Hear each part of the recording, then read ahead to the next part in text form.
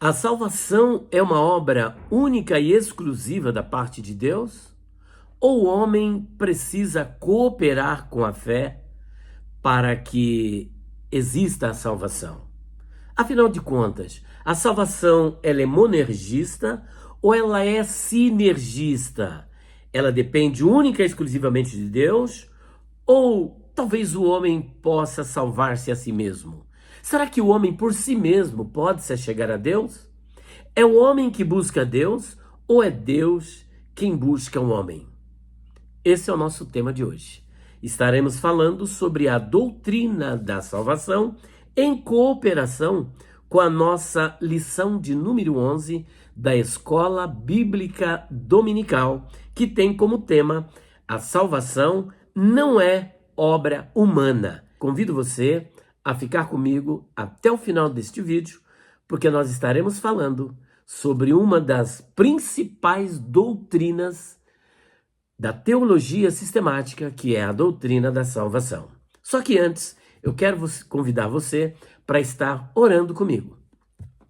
Pai Santo, mais uma vez, queremos te adorar, te glorificar, louvar e bendizer pela tua graça, fidelidade, amor e misericórdia. Eu te louvo, Senhor, porque o Senhor é fiel e a sua benignidade dura eternamente. Abençoe a minha vida, abençoe cada um dos teus filhos que estarão aqui comigo neste vídeo, falando sobre uma das doutrinas fundamentais da teologia sistemática e que esposa o cristianismo ortodoxo. Eu conto com a tua graça, eu conto com a tua bênção, eu conto com a tua unção. Abençoa também cada um dos teus filhos, em nome do Senhor Jesus Cristo. Amém. Bom, meus queridos, nós queremos trabalhar aqui um tema de fundamental importância, que é a doutrina da salvação, porque a nossa revista aqui diz o seguinte: a salvação não é obra humana. E traz aqui o texto áureo, não pelas obras de justiça que houvéssemos feito, mas segundo a sua misericórdia nos salvou pela lavagem da regeneração e da renovação do Espírito Santo, Tito 3,5. E a verdade prática, a salvação é um ato da graça soberana de Deus pelo mérito de Jesus Cristo e não vem das obras humanas. Ou seja, aqui já no texto áureo e na verdade prática, bem como no tema, já descarta qualquer possibilidade da salvação ser fruto de qualquer atividade humana. É sobre isso que nós estaremos estudando, porque existem muitas controvérsias. A salvação é uma das doutrinas da teologia sistemática que tem sido objeto de muitos debates e controvérsias ao longo da história do cristianismo. E para além da polarização que há entre arminianismo e calvinismo, predestinação e livre-arbítrio, ou monergismo e sinergismo, existe também uma grande polêmica acerca da salvação e discussões acerca deste mesmo tema com grupos heterodoxos. Muitos grupos heterodoxos apresentam uma perspectiva soteriológica que é totalmente divergente daquela que esposa o cristianismo ortodoxo. Por exemplo, você tem o catolicismo romano, você tem o espiritismo, você tem o que mais? O islamismo, o mormonismo, as testemunhas de Jeová e até é discutível a questão dentro do sabatismo, porque existem alguns elementos que precisam ser observados e existe o chamado também juízo investigativo, que resulta no final da pessoa que pensa que está salvo, que está tudo decidido, e lá no final, através o resultado desse juízo investigativo, a pessoa pode acabar ficando para trás. Portanto, existem muitos grupos de confissão heterodoxas que dizem estar fundamentados nas Escrituras, mas quando examinamos estas confissões soteriológicas à luz do que diz a Escritura, percebemos que o homem precisa praticar obras para poder ser salvo. Portanto, com base nesta introdução, nós vamos discutir esse processo e a mecânica da salvação.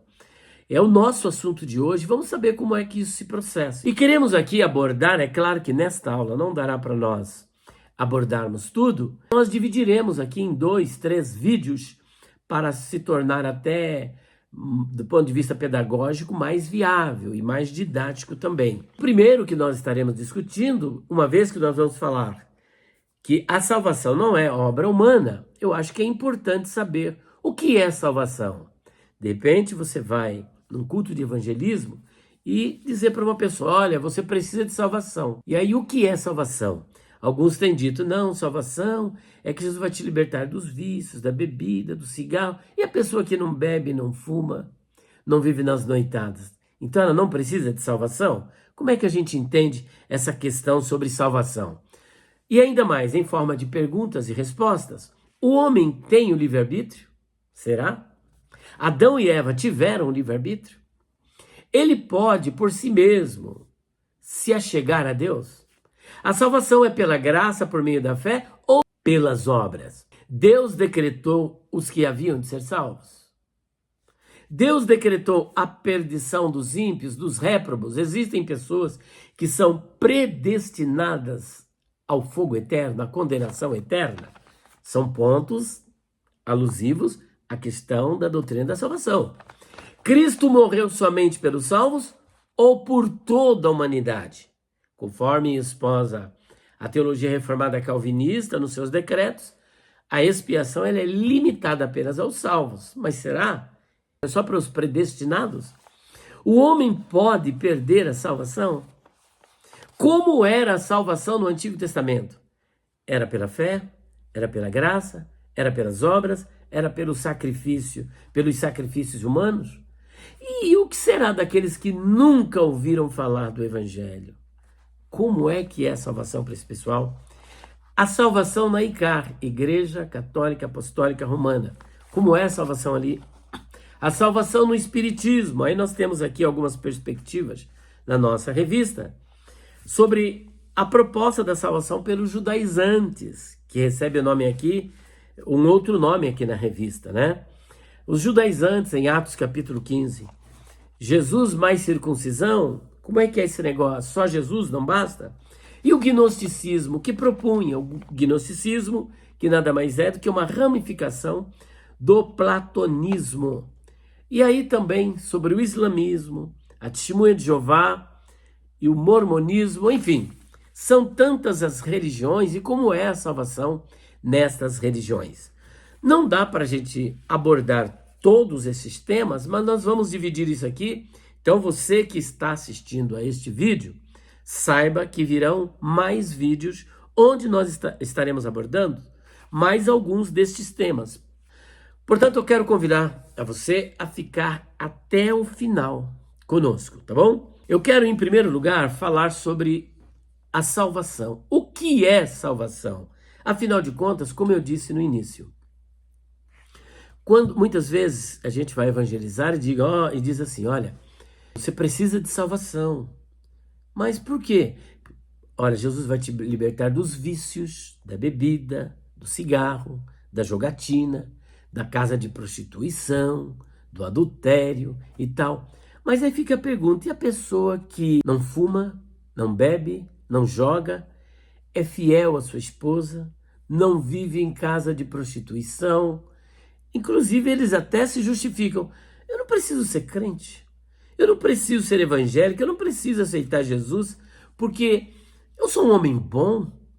Afinal de contas, eu já realizo tudo isso aí. Olha que interessante. Lá em Marcos, capítulo de número 10, existe um jovem que é conhecido como o mancebo de qualidade, ou o jovem rico. Ele foi até Jesus e disse o seguinte, bom mestre, ou Senhor, o que eu faço para herdar a vida eterna? E quando ele fez essa pergunta, Jesus perguntou para ele, conhece os mandamentos? Não roubarás, não adulterarás, enfim, não dirás falso testemunho, ama teu pai e tua mãe e tal. Ele falou, tudo isso já conheço desde que eu era jovem, desde a minha infância. E aí ele diz, resta-me ainda alguma coisa? A Bíblia diz que Jesus o amou, olha só, porque na teologia reformada calvinista, eles professam que Deus não ama o ímpio, Deus ama apenas os eleitos, e não o ímpio, ou seja, o réprobo. Mas a Bíblia diz que Jesus o amou e disse o seguinte: vai, vende tudo que você tem e reparta com os pobres. Fica a pergunta: Jesus está propondo uma salvação pelas obras? Porque ele diz: vai, vende tudo que você tem e reparta com os pobres. Só que ele diz depois: e terás um tesouro no céu. Não diz que ele teria vida eterna. E você vai ter um tesouro no céu, algo que é precioso no céu. Porque o Senhor, ele não fica devendo nada para ninguém. Diante desta proposta, o que ele fez?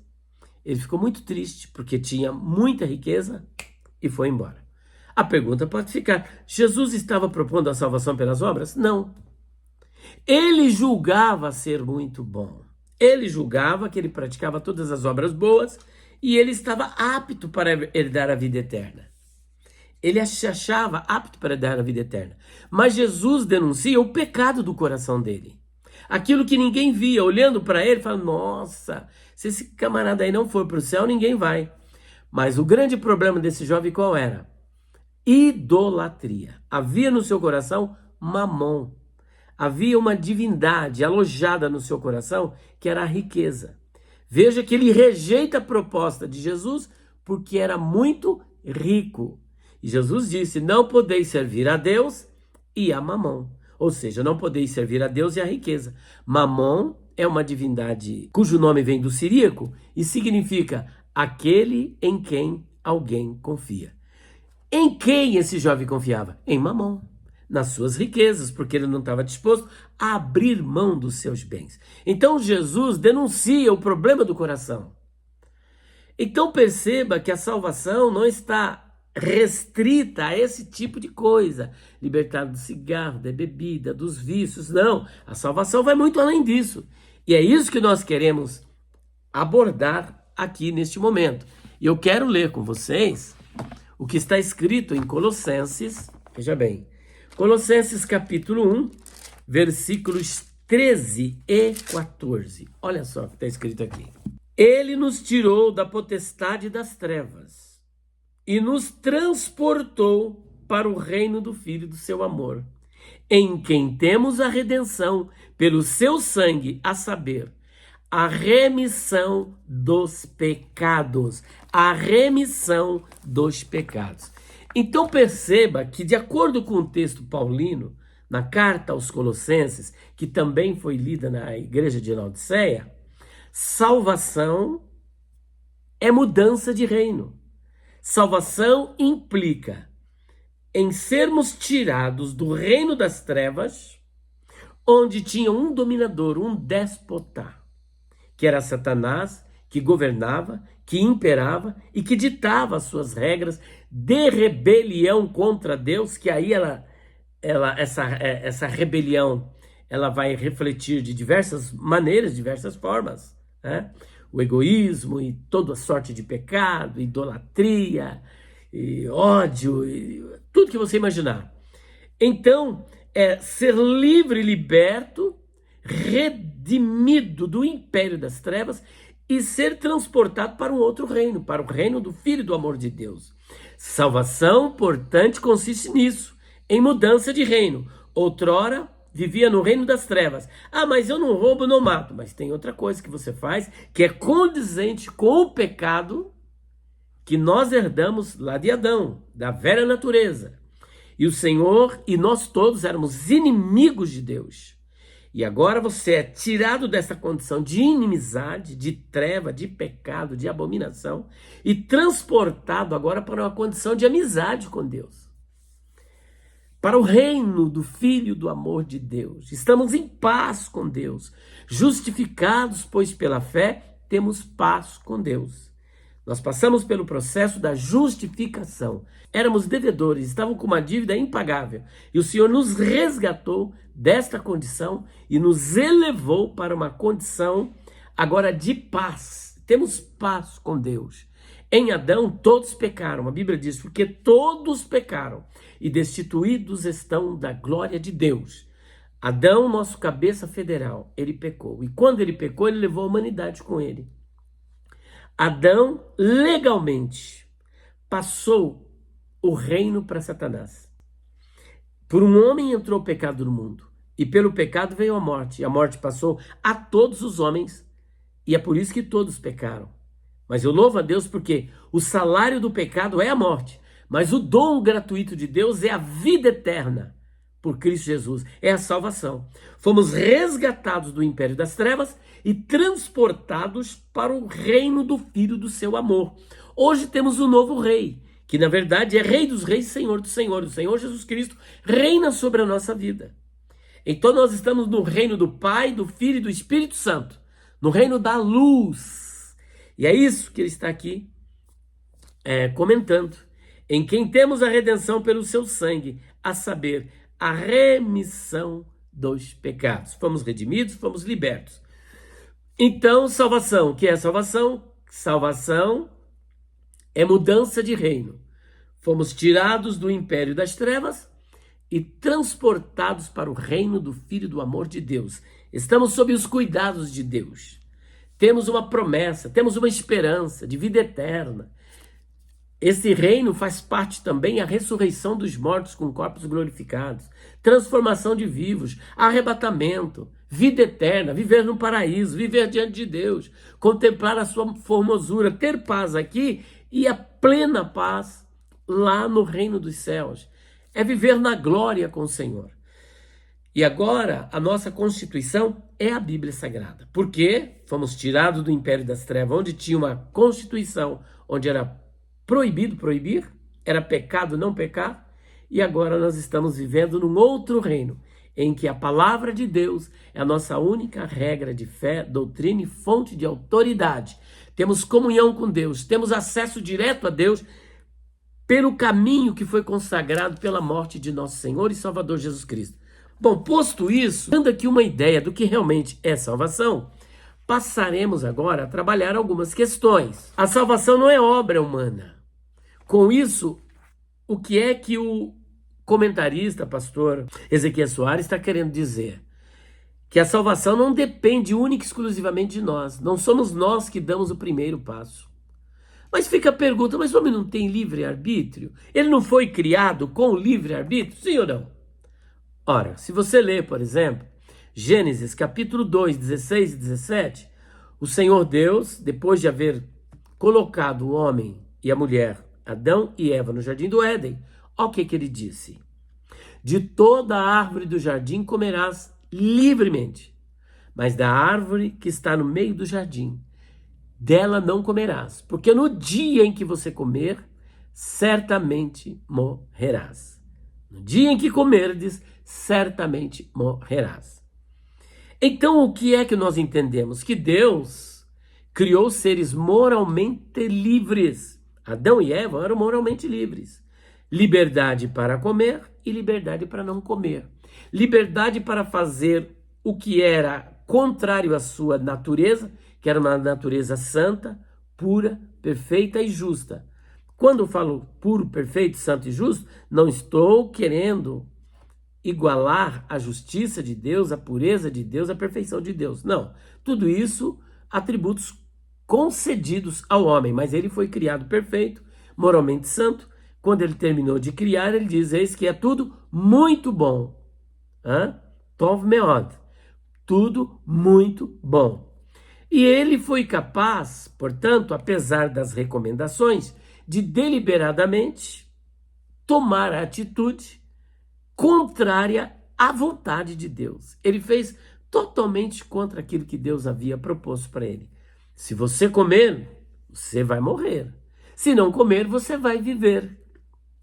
Então ele tinha a opção de comer e de não comer.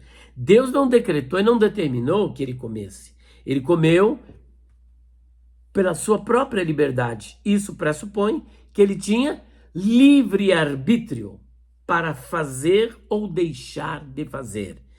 E na posse desse livre-arbítrio, o que é que ele preferiu fazer? Desobedecer a Deus, preferiu comer juntamente com a sua mulher.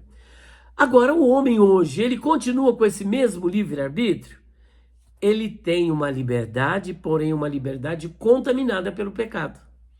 Porque a partir do momento que Adão desobedeceu a Deus, o seu livre-arbítrio foi maculado pelo pecado.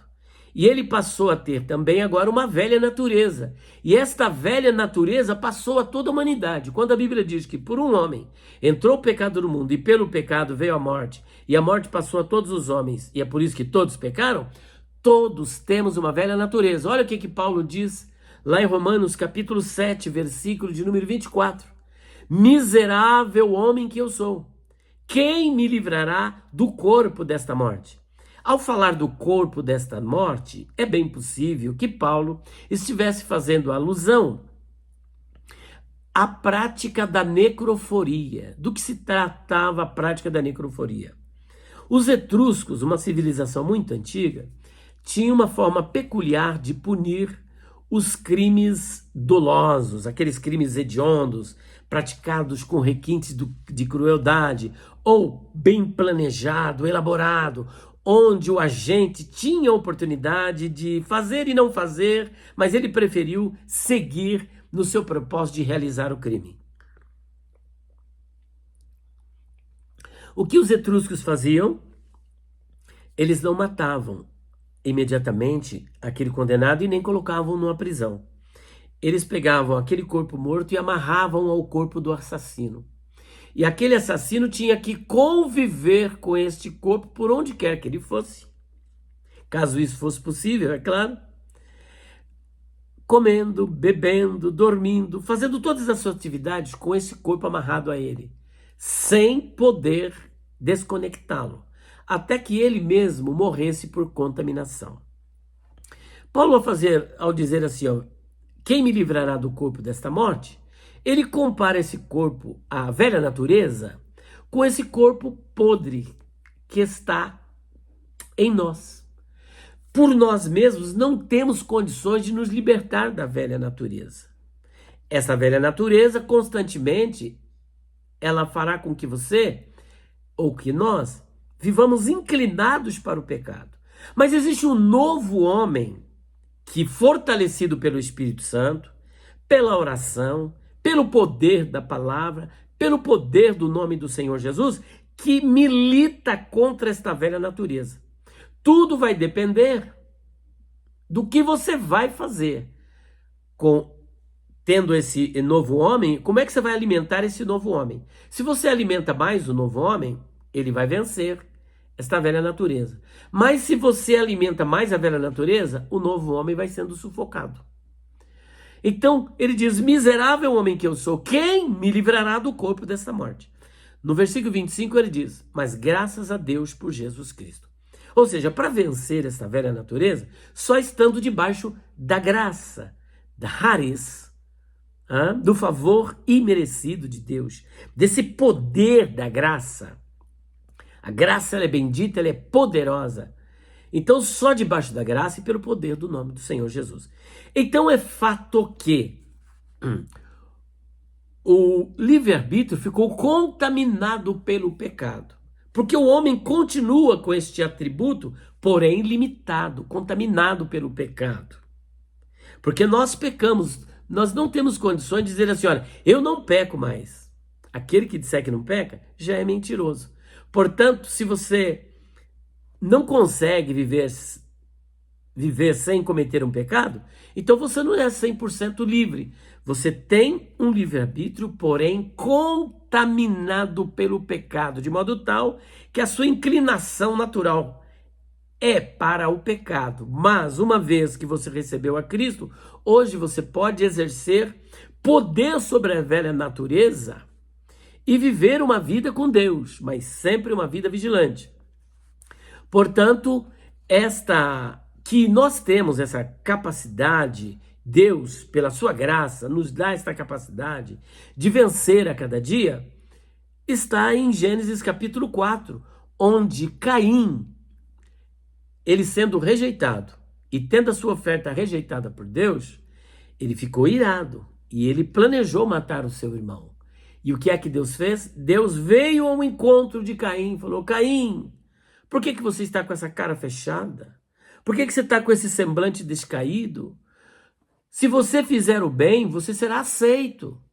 Mas se você fizer o mal, o pecado já se aporta como uma serpente à espreita da sua presa. mas você pode dominar isso. Agora, como eu posso dominar?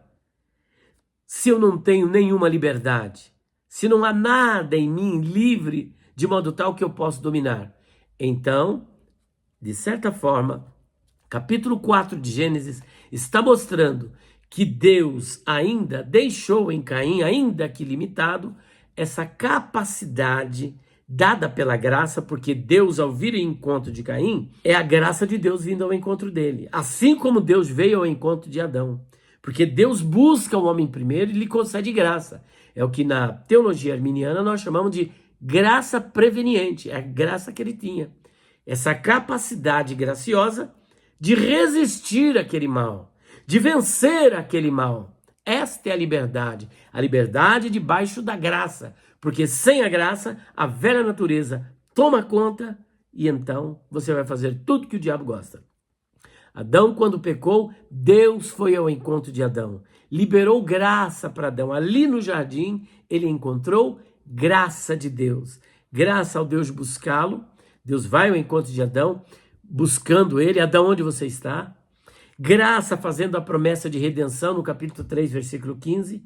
Graça confeccionando vestes para ele. Graça expulsando-o do paraíso, porque foi uma ação de graça, porque se ele não é expulso, ele vai comer da árvore da vida e aí ele teria a vida eterna de pecado. Graça ao colocar os querubins ali guardando a entrada do jardim, e graça com aquela espada que revolvia de uma parte para outra para fechar o caminho da árvore da vida, o caminho do paraíso, a fim de que ele não se tornasse um pecador sem oportunidade de redenção. Da mesma forma, graça na vida de Caim, mostrando que tinha graça suficiente para que ele pudesse resistir, mas ele preferiu resistir à graça de Deus, resistir à voz de Deus. Ele podia ter resistido o seu ímpeto pecaminoso assassino, mas ele preferiu resistir à graça de Deus, à voz de Deus e praticar aquilo que estava no seu coração. Portanto, está aí, o homem tem o livre-arbítrio, ele tem contaminado pelo pecado. Não é aquele livre-arbítrio que ele tinha antes. O homem hoje depende inteiramente da graça de Deus, porque se depender desta liberdade dele apenas, ele vai para o inferno. E agora é interessante que essa graça não é uma graça que foi dada apenas para os eleitos, mas também para todos, para todas as pessoas, para toda a humanidade. Percebe que Caim é descrito como um filho do maligno. Não obstante, para ele também foi concedida a oportunidade de se livrar daquilo. Foi dada a graça para ele, mas ele resistiu à graça de Deus, resistiu à voz de Deus. E por esta razão, ele não foi para o céu. Então as pessoas, na verdade, elas não vão para o inferno, entenda bem o que eu vou dizer, pelo pecado que ela cometeu, com exceção da blasfêmia contra o Espírito Santo, mas porque resistem através deste outro pecado que é resistir à voz de Deus. Fechar o coração para Deus, ficar com o coração endurecido diante de Deus, não se arrepender. É isso, Judas Iscariotes. Ele se perdeu por quê? Porque traiu Jesus? Não, Pedro também traiu. Mas ele se perdeu porque não foi buscar a redenção, a restauração na pessoa certa. Foi buscar nos ímpios e não em o Senhor Jesus Cristo. Prosseguindo, ele pode por si mesmo se chegar a Deus? Já vimos que não. O homem por si mesmo não. Deus concede graça para que todo homem possa se achegar a ele. Essa graça chamada graça preveniente. Ele libera esta graça para todo cristão. Aí os calvinistas dizem o seguinte: onde que está escrito esse negócio de graça preveniente? Tá, aí você devolve a pergunta: e onde que está escrito graça comum e graça especial? Tudo é uma construção teológica. Eles têm lá graça comum e graça especial. E onde que está escrito isso? Graça especial e graça comum. Graça é graça. Ok? Prosseguindo. A salvação é pela graça por meio da fé ou também pelas obras? Nós estamos vendo que a salvação é pela graça. Efésios capítulo 2, versículo 8 diz: porque pela graça sois salvos, por meio da fé. E isto não vem de vós, é dom de Deus. E não vem pelas obras para que ninguém se glorie, porque somos feitura sua, criados em Cristo Jesus para as boas obras. Portanto, se você adicionar qualquer coisa a Cristo ou a graça, isso aí não é evangelho, é outro evangelho. O sacrifício de Jesus não precisa de remendo. Ele é suficiente. A graça é suficiente. Ela é capacitadora, a fim de que todo homem que crer no Senhor Jesus e depender desta graça, receba a salvação. Portanto, a salvação, ela não é uma obra do ser humano, não é uma obra humana. Você depende inteiramente da graça de Deus. Inteiramente da graça de Deus. Então você não precisa de nenhuma obra para poder ser salvo. O que é que precisa um homem para poder ser salvo? Da graça de Deus, mas da graça, essa graça é eficaz naqueles que creem. Por exemplo, a pessoa que não crê no Senhor Jesus, a pessoa que tem o coração endurecido para a palavra, como é que ela pode receber esta graça? O acesso a essa graça é pela fé. A graça está disponível a todos os pecadores, porque todos pecaram.